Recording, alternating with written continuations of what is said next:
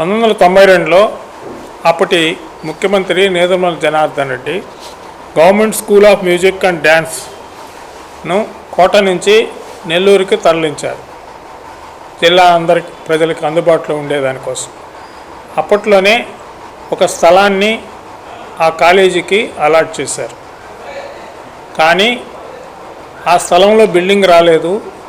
ఒక పెద్ద మనిషి తన ఇంటి ముందు ఆ స్థలం ఉన్నందువల్ల దాన్ని చెట్లు పెంచి పార్కులాగా భ్రమించేటట్టు చేసేదానికి పెట్టుకున్నారు.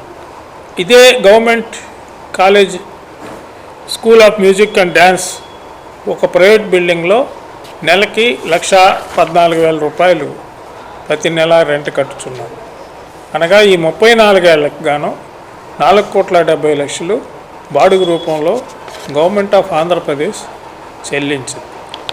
ఈ స్థలము నాకు రూఢిగా తెలుసు. అది కస్తూరిదేవి కబ్జా గ్యాంగ్ CEO అయినటువంటి పివి ప్రసన్న కుమార్ రెడ్డి ఇంటి ఎదురుగున్న స్థలం.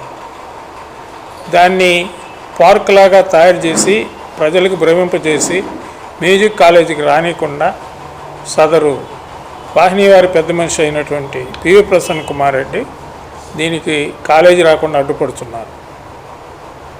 అందువల్ల మన రూరల్ ఎమ్మెల్యే అయినటువంటి కోటమిరెడ్డి శ్రీధర్ రెడ్డికి ప్రత్యేక విన్నపం ఈ పత్రికల ద్వారా చేయడం ఏమనగా దాన్ని పరిష్కరించి కూటమి ప్రభుత్వానికి నష్టాన్ని తగ్గించే విధంగా రెంట్ రూపంలో పే చేస్తున్నారు. కాబట్టి అదే స్థలంలో government school of music and dance బిల్డింగ్ని వీలైనంత త్వరలో నిర్మించగలరని ప్రార్థిస్తూ మీ ద్వారా కోటమిరెడ్డి శ్రీధర్ రెడ్డి గారికి, మిగతా ఎమ్మెల్యేలకి, ఎంపీలకి అందరికి కూడా విన్నపం చేస్తున్నాం.